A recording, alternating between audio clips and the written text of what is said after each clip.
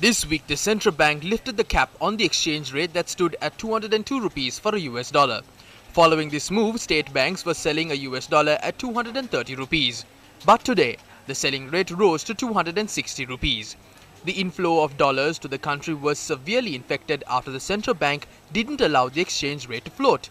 Sri Lanka didn't receive enough foreign currency inflows, although the central bank offered incentives for workers' remittances.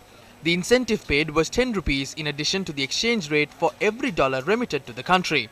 Contradicting views are being expressed on the incentive that will be offered for workers' remittances after the exchange rate was allowed to float. Before the central bank decided to allow the exchange rate to float, the cabinet had granted approval to provide an incentive of 38 rupees for workers' remittances. But in a letter to commercial banks, the central bank governor said that 10 rupees incentive would no longer be provided.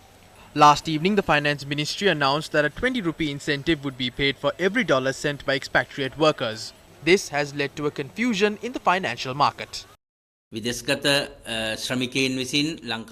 government has decided to offer a new incentive for expatriate workers who remit money to the country. There is uncertainty over that. We express our regret. First they said 8 rupees will be paid, then they said they will pay 20 rupees.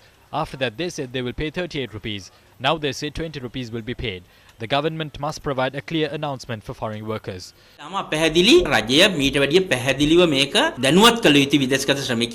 This morning you said you have decided to give 20 rupees more to the expat earnings from expat labour. But then Honorable Rohita Begunhadana says 38 rupees is what we are going to give over and on top of the dollar rate. This is the confusion you are creating in the financial market today.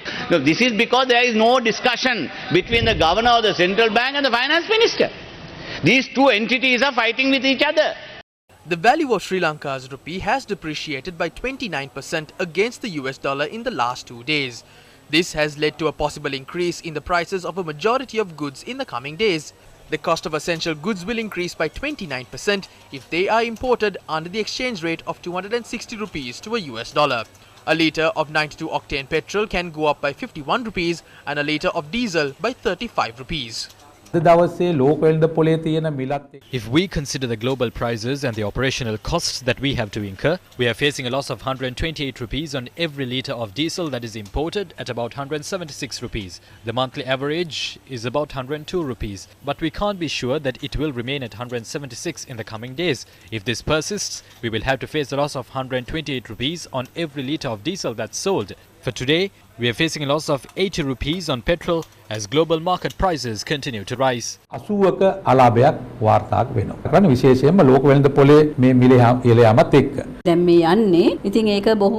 This decision has to be made carefully. It is only being speculated at the moment. If the cost isn't increased, people will have to pay for it indirectly.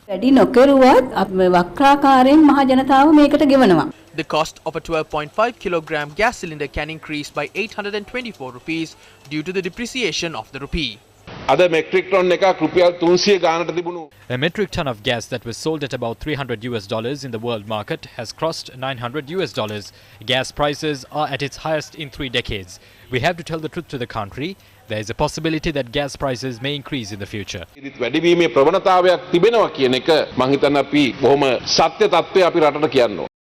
The cost of a kilogram of sugar may go up by 44 rupees, dal by 101 rupees and wheat flour by 45 rupees.